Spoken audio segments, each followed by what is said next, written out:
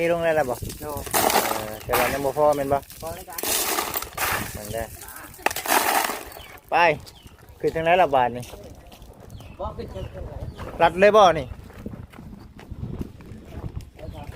ใช้ทางขึ้นหาทางขึ้นนะบาทนี่เนาะยึบไปยึบโอ้ยมักง่ายอีเนาะ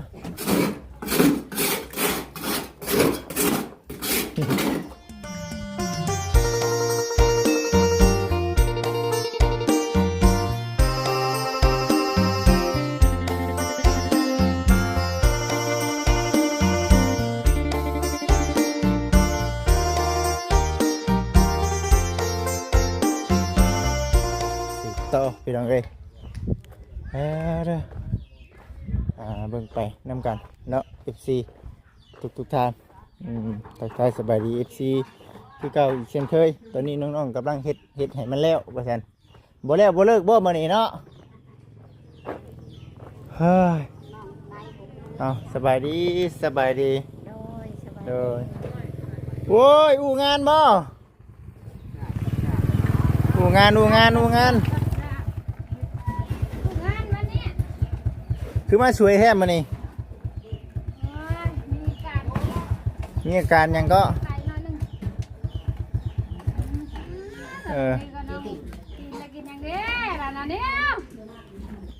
เฮ้ยเนาะสบายดีอายแล้วบาดเนี่ยสบายดีมาใหม่มันหมัดสบายดีจ้ะขาดก่อนเนาะพุ่นน้องเพิ่นสบายดีเอ้ยเนาะอายเฮียงละบาดนี่เนาะเบิ่งเด้อเนาะคุณบ่ได้บ่พักพรบ่มานี่บ่ได้บ่พักพรเนาะมานี่เนาะเอาให้มันแล้วเลยเบิ่งเนาะสบายดี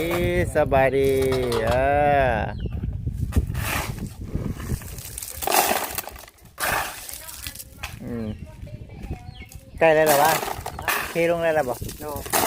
แต่ว่ายังบ่พอแม่นบ่พอแล้วจ้ะนั่นแหละไปขึ้นทางไหนละบาทนี่บ่ขึ้นจังได๋รัดเลยบ่นี่ใช้ทางขึ้นหาทางขึ้นนะบาทนี่เนาะยึบไปยึบโอ้ยมักง่ายอีเนาะลงไปก็ได้เป็นจักมือแล้วเนาะก็เป็นมื้อนี้เป็นไข่ปวดสบายปวดหัวตัวร้อนอากาศมันเปลี่ยนแปลงพี่น้องเลยมีงานอย่างก็มื้อนี้มาช่วยมื้อนี้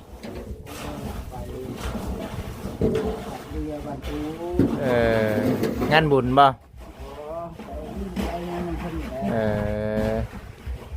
เพื่อนน้องดาวยังบ่ทันแล้วเทื่อ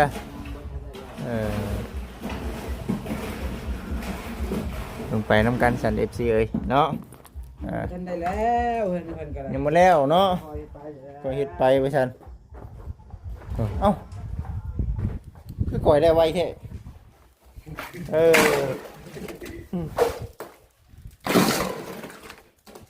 แล้วตัวนี้พักเที่ยงกินข้าวมีเมนูอย่างเนาะวันนี้เนาะพวกใจโดดดิเนาะว่าคงกินเนาะน้องจ้อยเนี่ยคืออย่างนี้คงกินนี่ตูนน้องแล้วนะน้องจ้อยเนาะนี่ปลานี่ไงปิ้งคักเนาะพอลงไปมองนี่ติดขาดูดมือเด้แม่นบ่เนาะเอาปลาใหญ่ไปจิตคอนี่เด้อตัวหนึ่งเมื่อปิ้งกินอยู่เฮือนเนาะอย่าบ้าวะเยอะคือชีแซ่บว่ะน้องมันหลายปีแล้วน้องหลายปีเนาะเอาพวกนี้หนึ่งละวายเยอะแล้วเห็นยังทักทุกแล้วดิแล้วเลยเห็นอะไรจำเป็นยังกับบุกลงเถื่อแล้วค่ะตั้งแต่เมื่อไอ้ถ่ายคลิปตอนนั้นยังไม่ลงเลยป่ะเป็นน้ำเห็นมีทักทุกแล้วหนึ่งเป็น บ่ได้ อืม จำเป็นแดดเนาะ น้องใหญ่น้องหลายปีเนาะ โดย ย่านเด้พี่น้องเอ้ยเนาะ เล็กนะ เด้อเนาะเด็กเด้นี่เนาะ ตื่นแล้ว อืม แล้วตื่นแล้วมันคอยเริ่มตื่นแล้ว โรงงานก็ได้อยุบแล้วคุณมันมีแต่ที่ดินไปเลย มันงานหรอกมันมาต้อง อืมอยู่แคมป์บ่ เขาวันมันจะคาราบาวว่าน แม่นบ่ จับป่าปลาพันธุ์นี่แหละ เป้อ ง่ายเลยสองเบื้องกำบ่อยู่ บ่กล้ากินแล้วนี่เนาะ ง่ายง่ายพวกเราบอกปลาดุกกัน ใหญ่ก็ย่านะฉันบ่กินข่อยก็อยากเห็นนี่นะว่าซั่นเนาะได้เห็น FC ตื่นตาแน่นอนเนาะ ได้จะได้ประจับมันแก่ปุ๊บประเดี๋ยว มันแหงเนาะ เลย มันแฮงแฮวบ่อยู่อืมพูดแล้วสันพี่น้องพูดแล้วเดี๋ยวมีโอกาสคันว่าเห็นกับสิถ่ายให้กับ FC ได้เบิ่งอย่าพลาดได้คันว่ารักกันหวานเด้อเนาะอย่าลืมถ่ายได้เนาะ มันจะดูดนะ คำดูดคักแน่เนาะยันเบิดมือเบิดคืนอยู่ประจักษ์นี่เนาะหลายมื้อเนาะ มันจะดูดจากล่างงาน เออล่างบัดเห็น แล้วปล่อยไม่นะปล่อยไปเนี่ยปล่อยไปตาเลียน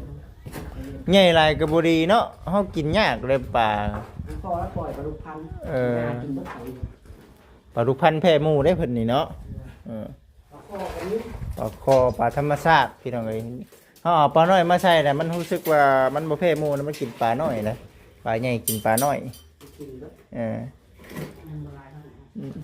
แล้วยังใส่เกลือขวด อืมอ๋อเบิ่งไปสันเด็ดเบิ่งไปหรือว่ามื้ออื่นพุ่นแหละเฮาสิได้แกะเนาะตัวนั้นเนาะแกะได้ก็สิได้ก่อบ่เกินมื้ออื่นก็แล้วแหละซะอันนี้ภายในมื้ออื่นเนาะ แล้วแหละ ถามจ้อยถามมาแล้วเลยเนาะเมื่อยแล้วเพิ่นเบิดคันนี้แล้วพี่น้องเอ้ยความงาม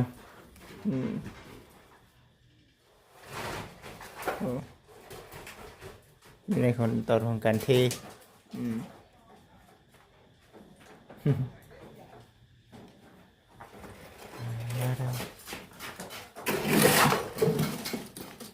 ตักไวยังบ่ทันเบิดอยู่เนาะ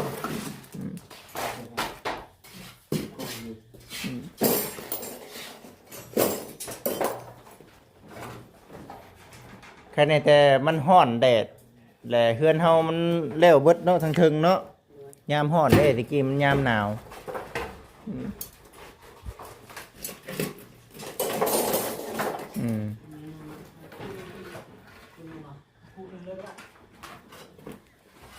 อีกคุเนาะไป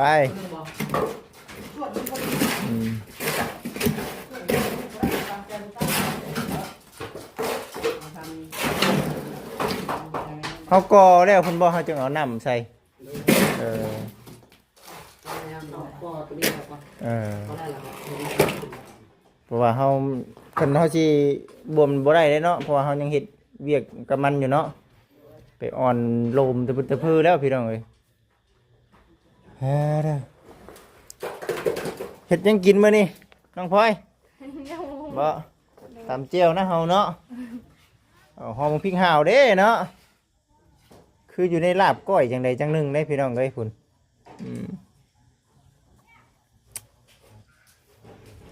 บ้านน้องไม้วันที่วันน่าจะเป็นมื้อวันอาทิตย์เนาะน่าจะเป็นมื้อวันอาทิตย์เพิ่นได้จัดงานอยู่ทางนี้เพิ่นก็เอาตู้เอาเต็นท์มาข้างในบ่ตู้อะไรตู้พ่อนนี่แหล้วตามเจ้าของงานเนาะขึ้น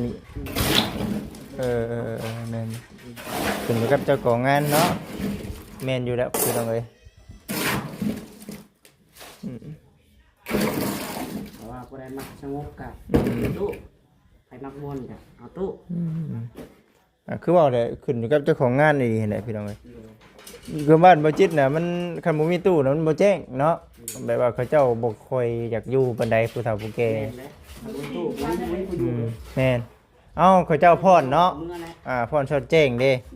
มันก็จะมีคน2-3มันจะมีคนเฒ่าคนแก่ที่ว่านอนเผากองบุญนี้เนาะ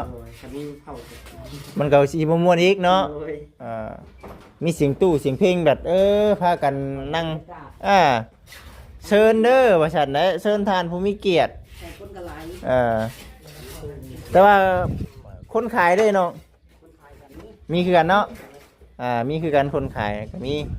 บ่มีตู้กับเพิ่นมาขายอยู่แล้ว คนขายตามบุญตามงานน้ำปั่นแล้วเนาะแถวนี้โอ้ย อากาศร้อนเนาะ คักก็ดีแถวนี้เนาะ มาตักรถ โอ้ยเนาะคักนะพี่น้องเอ้ยเนาะบ้าบ่จิเสียมาเลยมากันเนาะ เฮ้ยเนาะ ลุ้นชิวลุ้น อุดหนุนได้ดิ ซีก่อน ซิมก่อนบ่จริงใช่พี่น้องเอ้ยเนาะ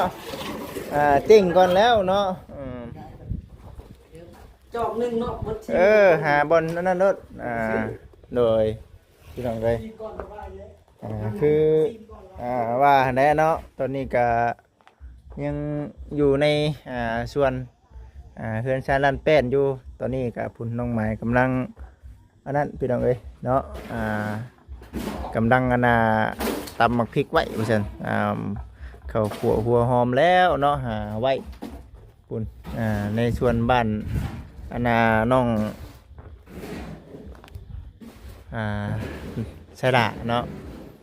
พุ่นแล้วเดียวกินข้าวกินน้ำพักผ่อนพุ่นแล้วจะได้ก่อมันก็ได้พอหยุบขึ้นไปอีกกันก็ตั้งบงกุ๊บเนาะยังบ่หลายคือกันพี่น้องเอ้ยเสื้อบ้านน้องๆเพิ่นเฮ็ดไว้อยู่แล้วพี่น้องเอ้ยเนาะเฮ็ดไว้อยู่แล้วนี่ขนาดนี้ก็ยังแป๊บเดียวหนึงบ่จิตบ่ได้มาจักมื้อว่าประมาณ2มื้อเนาะเพราะว่าเล่นอยู่กับรถกับลาพี่น้องเอ้ยเล่นไปหาในบุงในบ้านนั่นบ้านนี่แน่แล้วก็จะเป็นในน้องๆเพิ่นพร้อมแน่ไปทบตบบุญเข็มคุณเนาะที่ว่าเกิดเรื่องเมื่อก่อนนั้นเนาะนี่ก็เลยว่าเอามาถ่ายนี่แหละให้กับพ่อแม่พี่น้อง FC ได้เบิ่งได้ชมมื้อเนาะมื้อก็คือสิได้ก่อขึ้นตัวนี้มื้อนี้โจะก่อนสำนี้มื้อได้ก่อมื้อนี่มีบุญบ่บ้านเฮามีบุญบ่ จักน้องหลาบ่ฮู้นะไป เนาะมากุ้งไก่ดอกแต่เก่าบักตกปุเนาะมากุ้งไก่คือเจ้าแจ้งน้ำหั่นบานมาจิตเนาะให้ผู้แต่เดียวเมื่อประเด็นกะคือกันเนี่ยอยู่บ้านก็มีงานคือกันอยู่บ้านก็ได้งานบุญคือกัน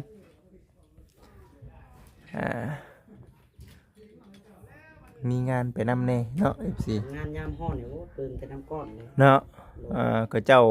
ห่อนได้ใช่มันเอ้าแห้ง แม่นเปลืองอะไรแล้ว เปลืองอันนี้ก็คือกันพี่น้องเลยเป็นเตรียมน้ำก้อนคือกันมะเร็งนี่กะเพราะว่ามีงานได้น้องอยู่บ้านเลยอยู่บ้านก็มีงานบุญคือกันนี่แหละบุญแจกมื่นนี่แหละมื่น งานคนหลายมันโคกเนาะ หลายมันหลายอยู่ว่าหลายอยู่เริ่มขายใช่ไหมมันห่อนได้ใช่เนาะพักผ่อนบ่บัดนี้แล้วได้เนาะ ให้จิต ให้อยู่ให้กินพอแล้วบัดนี้ตามสบายเลยน้องๆเลยตามสบายเลยมีแต่เฮ็ดไปพี่น้องเลยนี่แหละเบิ่งสิให้กับพ่อแม่พี่น้อง FC ได้เบิ่งได้ชมก่อนเป็นน้ำบ่เปิดบ่ใส่เปิดเลย เนี่ยเปิดเนี่ยคือโลกไป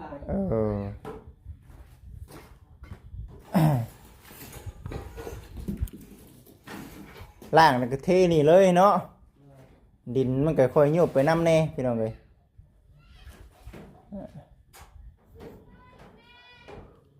ดึงไปเลยดึงไปเลยข้าง ดึงไปเลยข้างนางจับเกาะเนี่ยนั่น ได้ป่ะ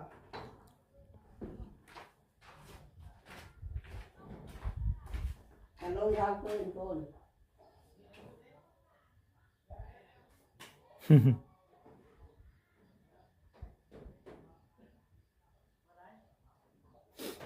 เบิ่งไปพี่น้องอันนี้เด้เพิ่นก็ได้เนาะ2ห้องประตูนี่ชวน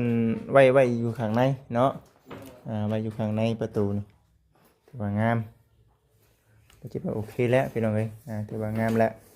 เป็นชั้นนั้นแปลงกันบัดนี้ก็คือพุ่นแล้วหลังจากว่าน้องๆเพิ่นก่อขึ้นปุ๊บ เรียบร้อยก็สิได้อันนั้นพี่น้องเอ้ยสิได้เอาบวมน้ำได้บัดนี้เอาเก็บไม้เก็บตอกออกบวมน้ำไว้สามชาให้มันแน่นนี่เลย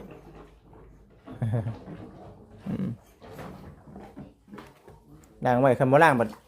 โอ้ยแห้งกระติกเนาะกล้ามได้บัดนี้น้ำค่าสายบ่เดี๋ยวว่าจังได้นี่คือขุ่น นั่นดีกว่าแต่คนลงเกียดได้แล้วคนเหยียดหน้า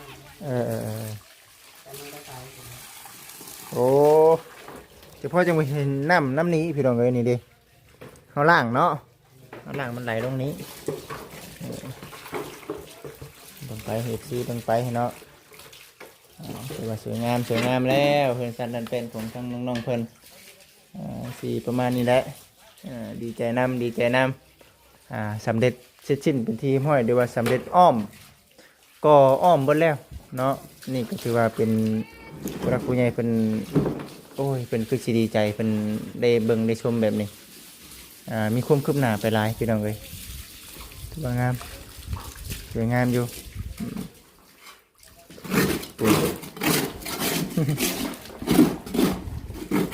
คำบุคูดบนล่างมันเกิ่มเนาะนักกับนักได้บ่เด้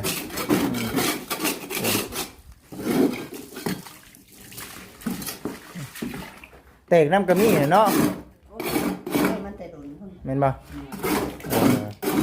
เล็กๆหน่อยบ่เป็นหยังเนาะเอาใส่ได้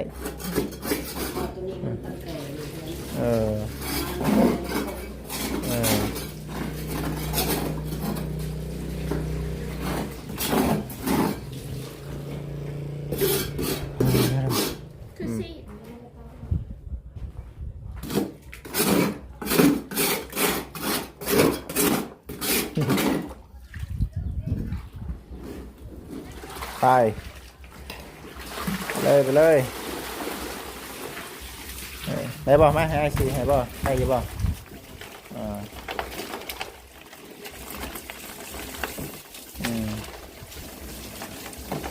มันบ่สีบ่ล่าง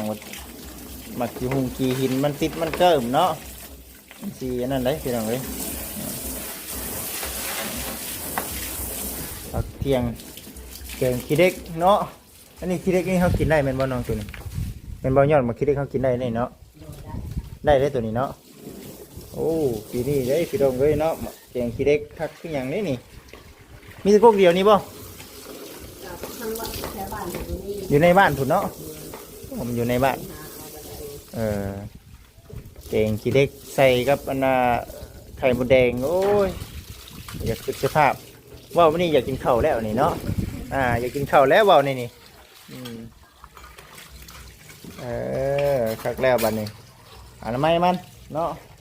คนแล้วสันนิษฐานเนาะคือสีประมาณนี้แหละทางบัจิตเองก็สิได้ขอตัวจบคลิปก่อนวันนี้ก็ถือว่าเอาดีใจน้ำเนาะมีความคืบหน้าไปหลายเนาะหลายแบบหลายแนวก็ถือว่าดีใจน้ำเพิ่นดีใจน้ำน้องๆเนาะที่มีผู้รักผู้ใหญ่เพิ่นเนาะทุกท่านเพิ่นช่วยบ้านน้องไหมนี่ก็เริ่มแล้วเมื่อเช้านี้แกนั่นพี่น้องเนาะแกของบุญมาให้เพิ่นเมื่อเช้านี้ก็ได้ถือว่าเอาตั้งไปให้นี่กับบ้านนี้ก็คือทีมงานเฮาบ้านนี้ก็ได้เนาะทีมงานเฮาก็มานั่งโอ้ร่วมกันอยู่นี่แล้วว่ะมาปรึกษากันนะบ้านนี้เนาะว่ากินข้าวกับหยังบ้านสันได้บ้านนี้ก็ได้บ่าววัดเป็นคนเลี้ยงบ่มานี่เนาะสบายดีอยากให้เจ้าเลี้ยงเด้มานี่เนาะเลี้ยงหยังยังเลี้ยงม่วงว่าใช่น้องจ้อยไปเอาอยู่คุณทั้งนั้นก็เป็นเฮ็ดเวียกเมื่อยเป็นพ่อครัวเองเลยนี่เนาะ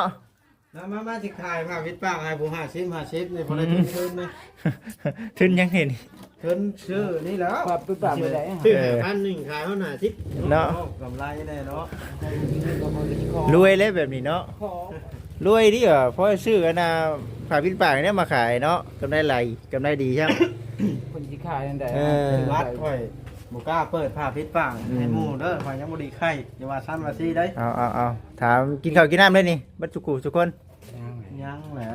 เพิ่นได้สิได้ออกไปหากินข้าวกินน้ำแล้วเฮาก็ได้เนาะ บอก เออ อ๋อว่าเพิ่นจะชื่อมาคว้าดูนี่บ่แม่นบ่ได้นะ จังว่าเนาะพี่น้องเอ้ยพี่ซีพุ่นแหละมีแต่ว่าฮอดมื้อฮอดยามเฮาจังว่ากันอีกเทื่อในเรื่องขึ้นศาลดันแป้นน้องไม้เพิ่นสิมีงานบุญเกิดขึ้นได้พี่น้องเอ้ยเนาะเดี๋ยวสิถ่ายบรรยากาศให้กับ FC ได้เบิ่งได้ชมแล้วก็คือเว้าแน่หั่นแหละขอขอบคุญขอบคุณผู้รักผู้ใหญ่เพิ่นหลายๆเนาะที่ว่าโอ้เห็นบุญเฮ็ดทานให้เป็นบุญอันประเสริฐหลายพี่น้องเอ้ย เอ้ย มีหนี้แล้วบาทนี่ เจ็ดตกใจนะโอ้ มี เนี่ยอันนั้นได้ฮะ เอิ้นไปเนาะคือว่ามีหนี้มานี่ว่าซั่น เอาลงจิมแล้วก่อนนี่ นี่ต้องเทียบนั่นแหละ มันบ่มีสัญญาณอยู่หั่นน่ะ เอาโอเคฉันพี่น้องเอ้ยเอาสบายดี